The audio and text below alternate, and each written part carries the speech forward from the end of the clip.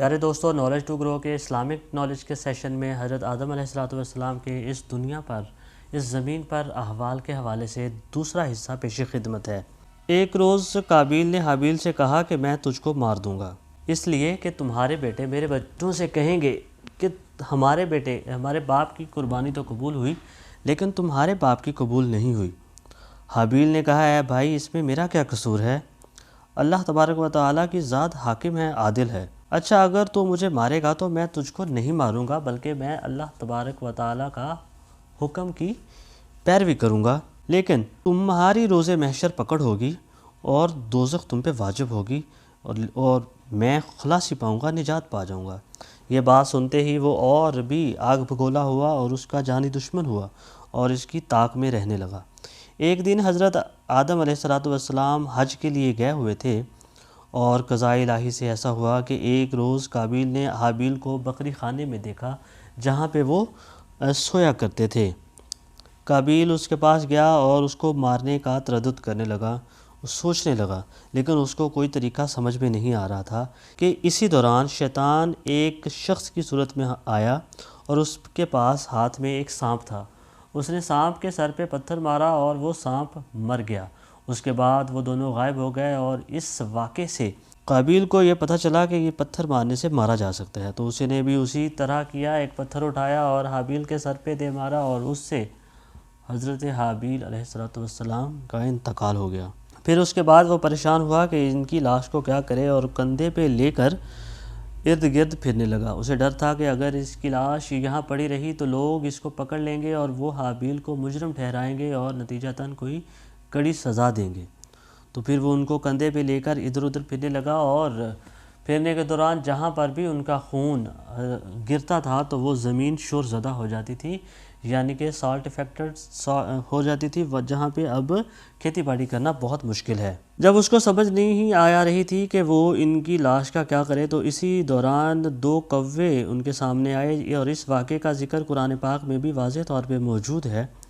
پھر دونوں آپس میں لڑے اور ایک نے دوسرے کو مار ڈالا اور پھر مارنے والے نے زمین کو کھودا اور مرے ہوئے کوے کو اس میں گاڑ کے دفن کر کے چلا گیا۔ تو قابیل نے یہ دیکھا کہ مجھ سے تو اس کوے جتنا بھی نہ ہو سکا، اس نے بھی ویسا ہی کیا، زمین کھودی اور ان کو دفن کر کے چل دیا، اور جیسے ہی چلا تھا تو اللہ تبارک و تعالیٰ کی طرف سے آواز آئی کہ اے زمین، قابیل کو پکڑ لے۔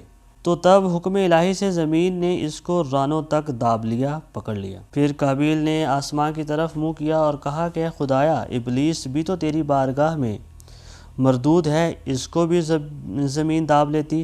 تو آواز آئی کہ اے ملعون، ابلیس نے اپنے بھائی کی خون ریزی نہیں کی تھی؟ تو وہ پھر بولا، خدایا، میرا باپ بھی تو گندم کھا کے عاصی ہوا تھا، اس کو بھی زمین میں دفن کر دیتے۔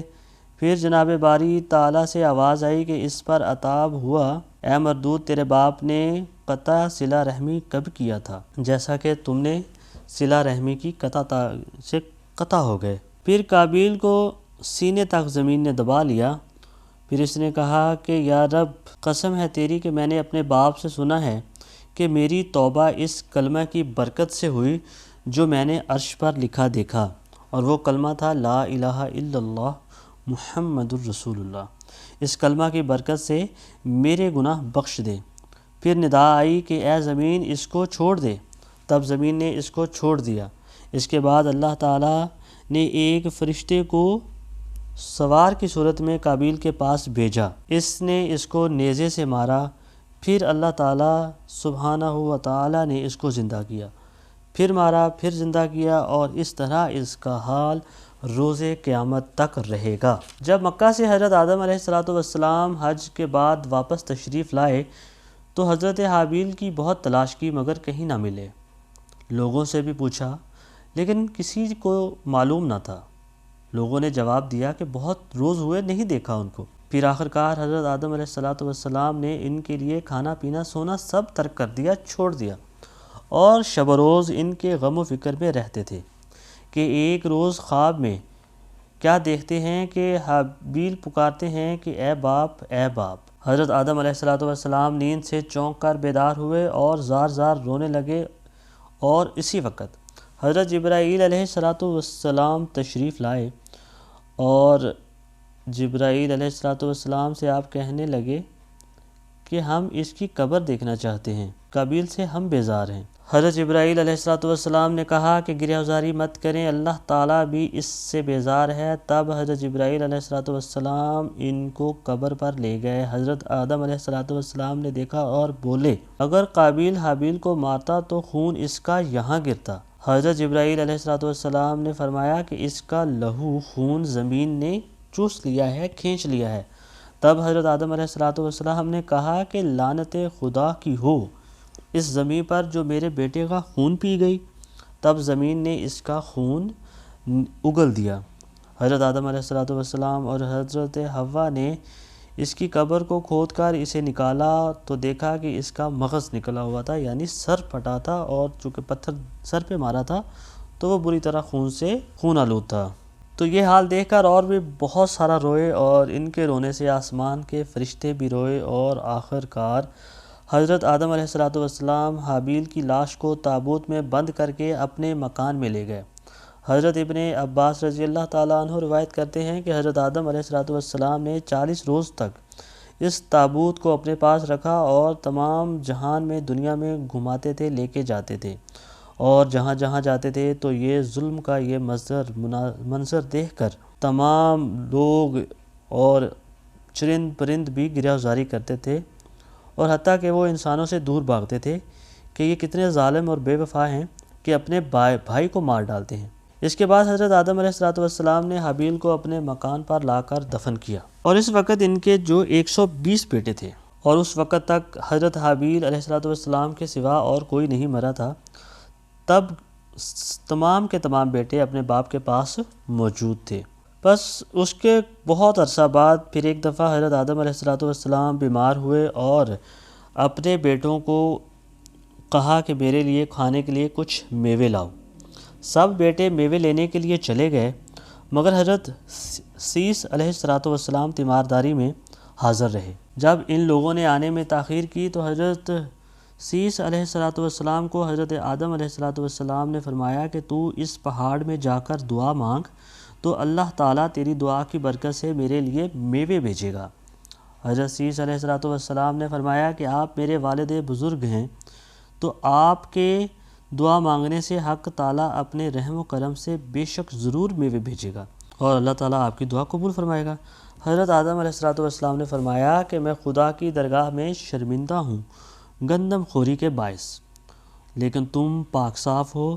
تب حضرت سیس علیہ السلام نے اپنے باپ کے حکم کے عین مطابق وہاں جا کر دعا مانگی، اور دیکھا کہ حضرت جبرائیل علیہ السلام ایک طبق زریں اور اس میں طرح طرح کے میوے جیسا کہ امرود، سیب، نارنجی، لیمو، انگور، انجیر، خربوزہ وغیرہ اس میں رکھ کر، اور دوسرا طبق زر سرخ کا اس پر ڈھانپ کر ایک حور کے سر پر رکھ کر لائے۔ حور اپنے چہرہ سے نقاب کھول کر سامنے حاضر ہوئی۔ حضرت آدم علیہ السلام نے حضرت جبرائیل علیہ السلام سے پوچھا کہ یہ حور کس لیے ہے؟ حضرت جبرائیل علیہ السلام نے کہا کہ اللہ تعالیٰ کے حکم کے مطابق اس حور کو بہشت سے حضرت سیس علیہ السلام کی زوجیت میں بھیجا ہے، کیونکہ تمہارے سب فرزند بیٹے جفت میں پیدا ہوئے ہیں سوائے اس کے، یعنی جب بھی بچے پیدا ہوتے تھے تو ایک بیٹا ایک بیٹی پیدا ہوتا تھا، لیکن حضرت سیس علیہ السلام اکیلے پیدا ہوئے تھے۔ جب یہ پیدا ہوئے تو ان کے ساتھ کوئی بیٹی پیدا نہیں ہوئی تھی۔ حضرت آدم علیہ السلام نے اس حور کی شادی حضرت سیس علیہ السلام سے کر دی، اور یہ حور عربی زبان بولتی تھی، اور اس سے جتنے بھی بیٹے پیدا ہوئے وہ بھی عربی زبان بولتے تھے، اور یہ بھی کہا جاتا ہے کہ حضرت محمد صلی اللہ تعالیٰ علیہ وآلہ وسلم اس کی نسل سے ہیں۔ بس حضرت آدم علیہ السلام نے اس میوے سے کچھ آپ کھایا اور کچھ بیٹوں کو دیا۔ جس نے اس میوے کو کھایا وہ فاضل تر، دانا و بینا ہو گیا۔ تب حضرت آدم علیہ السلام نے اپنے بیٹے کو وصیت کی کہ اب قریب ہے کہ میں دنیا سے کوچ کروں گا، تب حضرت سیس علیہ السلام جو ہیں وہ میرا قائم مقام ہوگا، تم سب اس کی فرما برداری کیجیے اور اس پر ایمان لانا۔ جب انہوں نے حضرت آدم علیہ السلام کے حضور میں اقرار کیا اور اس کے بعد حضرت آدم علیہ السلام نے اس دنیا سے رحلت فرمائی تو وہ تمام بیٹے اپنے باپ کی مفارقت میں بہت روئے، نماز جنازہ پڑھ کر دفن کیا اور 2 سال تک باپ کی قبر پر حاضر رہے۔ اس کے بعد وہ پھر وہاں سے جدا ہو کر اپنے اپنے گھروں کو واپس گئے۔ یہ تھے تمام مختصر احوال۔ اگلی نشست کے لیے دوبارہ حاضر ہوں گے، تب تک کے لیے اللہ حافظ۔